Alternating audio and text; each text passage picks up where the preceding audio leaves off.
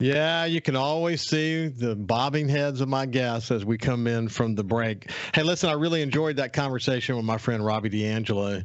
He's such a good dude, and he shares such practical advice about how we can kind of keep our mental framework and our physical framework sort of in tune with one another so we can live as healthy a life as we possibly can. Now, listen, this next part I'm going to say, Cal probably going to kill me, but I'm going to say it anyway. Cal's a single guy, and sometimes having these conversations on breaks, I wish we would record them because it was such an interesting conversation about what it's like to be single today and in this digital world. And as Robbie talked about, the finger swipe can be how fast a relationship lasts. You know, it's just incredible what we learned from Robbie about the challenges that exist in him these days. But, you know, kind of watching it through Kyle's eyes is so interesting, and he's one of the most interesting guys I know.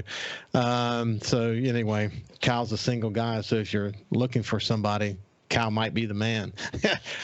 I'm just kidding. Kyle's gonna kill me for saying that. But anyway, let's shift gears now. My buddy Sonny Schindler from Sure Thing Charters. It's been a while since we've talked, Sonny. I mean, dude, you've been fishing a lot, haven't you? Yeah, well, working a lot and playing a little bit, and it's been good, man. It's been a great summer. Well, you got to do, yeah. We'll get to this in a second, but my personal fishing experience has been most of the times that we've been, it's been epically good, really, really, really good. I mean, I'm talking about some of the best we've seen in a long, long, long time. So look, the weather cooperating helps because we've had a more normal summer in that respect, and we're having heat and all that. We'll talk about all that in just a second, but it's been really good. But you also got actually a chance to go on a vacation, didn't you? I did. I don't normally take big ones. Normally we do our big one in like February, during the worst fishing weather of the year. But yeah, just flew in from Greece a couple hours ago, and my family was over there with some of my wife's friends, and man, it was amazing. I still can't believe everything we saw and did, and it is a beautiful, beautiful place. We were like in the southwestern part in a little island called Karpathos. You know what's interesting about Greece? And we'll talk a little bit more about this, but I have a friend of mine, Chris Gouris, who just recently returned from a trip there himself. His mother was born there, and just the opportunity to bring the kids and the family back and connect with that part of his heritage.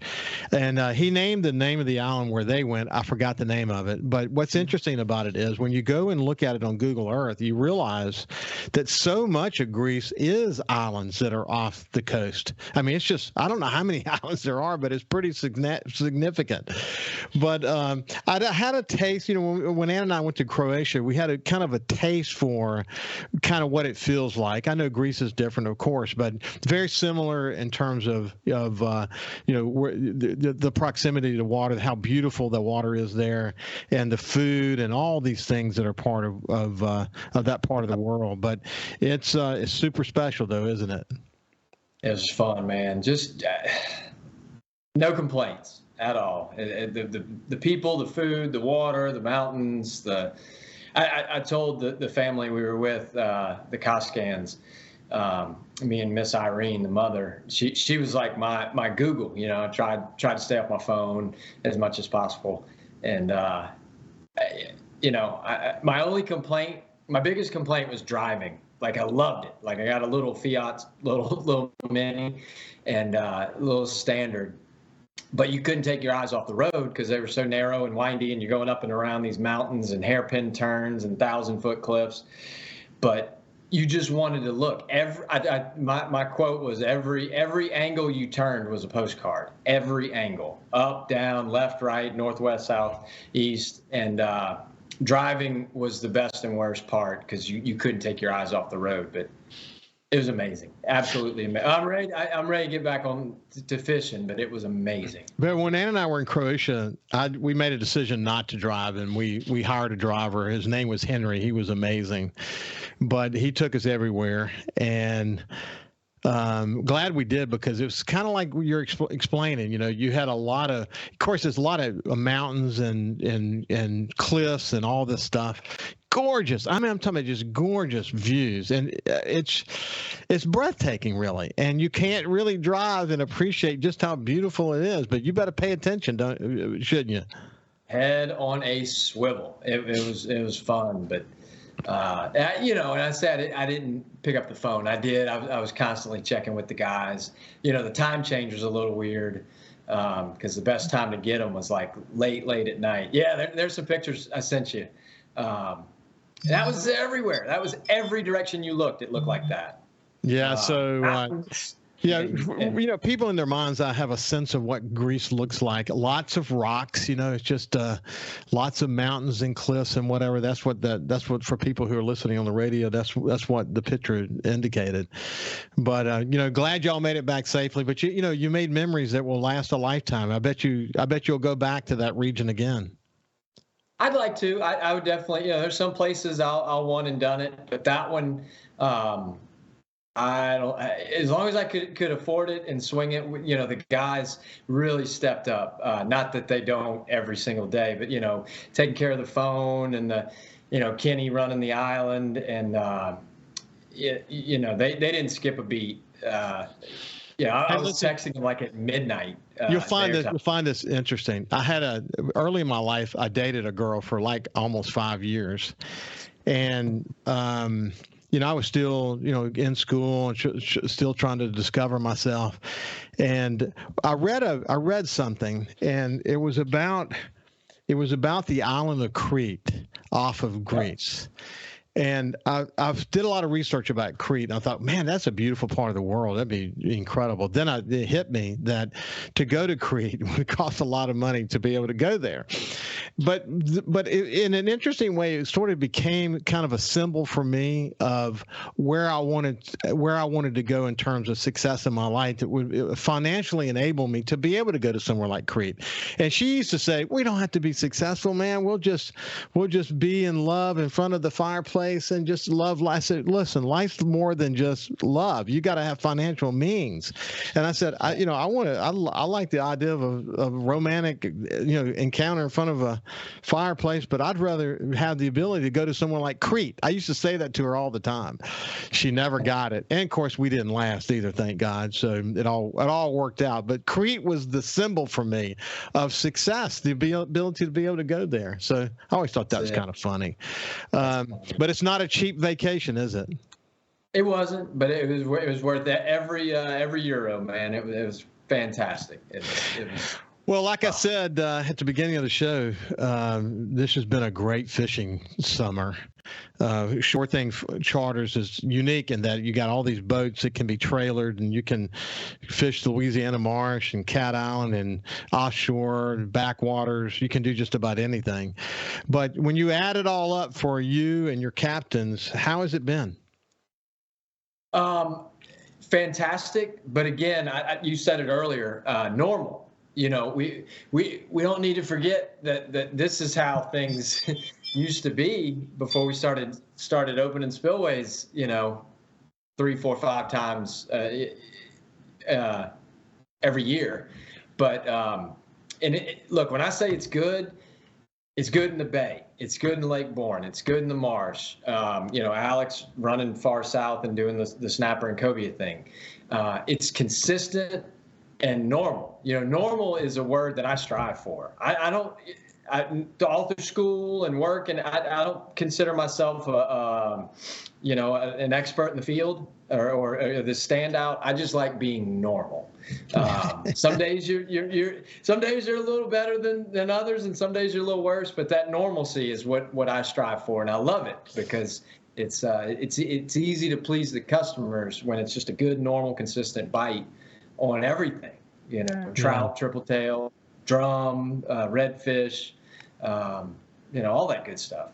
Yeah, we've had. You'll find this beautiful, what I'm about to tell you. But in fact, let me see if I can see it here. Here's a fly rod for people who are watching. I'll explain to you what I'm doing here. But this is a fly that was tied by Chris Gurr Sr. Oh, nice. My buddy. Yeah, yeah, yeah. Yeah, and this is my friend Chris's father, who passed away a couple of years ago, has tagged more triple tail than anyone else in the Gulf of Mexico, and he fished with Sonny along the way. And Jordan caught a lemon fish on this a week ago. And Chris said, "Don't lose that fly because that's super special." But Jordan was really determined that he was gonna catch a triple tail or something on it, and he did. He went out and had a great trip. But we've had a good year of triple tail and cobia, and it's been a great season. Hey, when we get back on the other side, we'll get the latest from Sonny on how's business and what kind of cool people they've been meeting and how's the Cat Island thing going and all of that with my friends Captain Sonny Schindler from Shore Thing Charters. We'll see you after this. I often say on my show, SuperTalk Outdoors, for people who listen to that regularly, even if you don't listen to it regularly, you're going to hear me say this, that Mississippi is the capital of the outdoors in America, and we really are. I mean, when you add it all up, there's no other place like this. And one of the reasons that kind of takes us across the finish line is the backwater fishing and the offshore fishing here in coastal Mississippi. It's just incredible. And, Sonny, I had a trip during the 4th of July weekend. I took my brother-in-laws and my son Jordan and I, and we went, and everywhere we went, it was off the charts incredible. I mean, it was on the way to Block 108 and beyond. We found a couple of shrimp boats out in 185 feet of water. We had already put 2 really big lemon fish in the boat. Of course, the limit now is 2 per boat. And so we videoed beautiful lemon fish that we couldn't catch, just schools of them. It was incredible. But the fishing this year, you have times when it's a little slower than normal, but gosh, there's some moments when you just can't miss. It's so darn good. Yeah, and we've seen days like that. The guys getting done early, and not many people. Sometimes of the year when you hit a good home run early, and they let's go try for redfish, or let's go look. This time of year, it's nice when they hit them good, fast, early, and some of our regulars and people that understand the heat that's coming. When you have that real good bite first thing, and they're like, maybe let's start working our way in, and get there for a late breakfast or early lunch.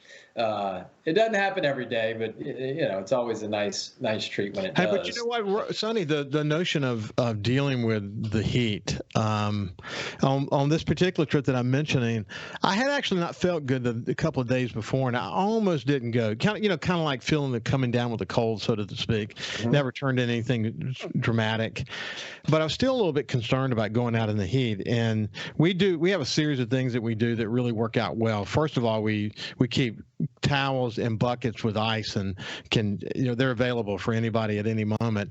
And then, of course, in some of the newer technology enables you to have fans. Fans, and keeping drinking tons of Gatorade and water. And if you do those things and you stay cool and stay in the shade as much as you possibly can, you can manage it. But the thing about the heat is that once it sneaks on up to you, it's a little bit too late in some respects. So the game it becomes a really serious game of getting the person cooled down fast, or you can get in trouble quick, can't you? Yeah, and we had unfortunately it's not unusual. We have a few episodes a year with people, same thing. They get to feeling woozy, and it happens in an instant. Especially if they're not communicating. And I've had a few days where I've come home and it feels like you had one too many. Yeah, right. Or hungover. And you've seen some people have one too many, and usually right. Well, yeah, compounded with that. Drinking and sun don't always go together, do they? No, and enough so that one year Darren and Keith, it's scary. And they called in a EMT buddy of theirs to teach, give us a refresher course in first aid. And man, has that first aid changed. I think my first card I got, it was like 1 to 3 compressions to breath. Now this was decades ago. Yeah. And now it's something like just strictly compressions. And very, very little breathing. But, we talked about the heat and whatnot. And the main thing, he helped us with the towels and, you got to cool them down and get the boat moving. And then we're like, and then they're okay. And the gentleman teaching it, he was like, no, the second it starts, it's home time as fast as you can safely do it. There, it's kind of like a battery. Like once your battery runs low, or dies, where you completely kill that battery, it never comes back the same. So you need to get back. And it sometimes it's hard, man. People get to, man, we came all this way and, we paid this money. As I'd rather you hate me on land than hate me out here and something really bad happens. And typically once we get in and get them in the shade and get them cooled down, then they start thanking you like, man, that could have gone. I'm curious about this because because we know each other, I pay close attention to the tropics. Things are kind of quiet right now, but unfortunately, toward the end of August, it looks like the atmospheric conditions are going to be such that we might see one or two major storms, and if anything gets in the Gulf. What I noticed when I was out in my boat was the water temperature was I know we know this generally, we know this anyway because we can see that, and this is what the experts are telling us, but the water temp was way higher than it normally is. Are you seeing the same thing? Oh, yeah. I mean, it's scorching over here. Like you stick your hand in the live well. Normally you do it and get refreshed, and now you're almost like, whoa, it's hot, man, and hopefully we can avoid them. I get you, man, but hey, listen, it's warm. We're coming to the end of our time together, but Sonny Schindler, Captain Sonny Schindler from Sure Thing Charters, it's great to catch up with you. Sonny will let us know from time to time that he's off the water for weather reasons or whatever, but that hasn't happened. I think it's only actually happened once this summer, and we weren't available, but we'll stay in touch with Sonny as time goes on, and we'll try to get him back more often. Thank you, my friend. I appreciate you. All right, man. Thank you. Always a pleasure. It has been awesome. Hey, listen, have a great day, and we'll see you tomorrow.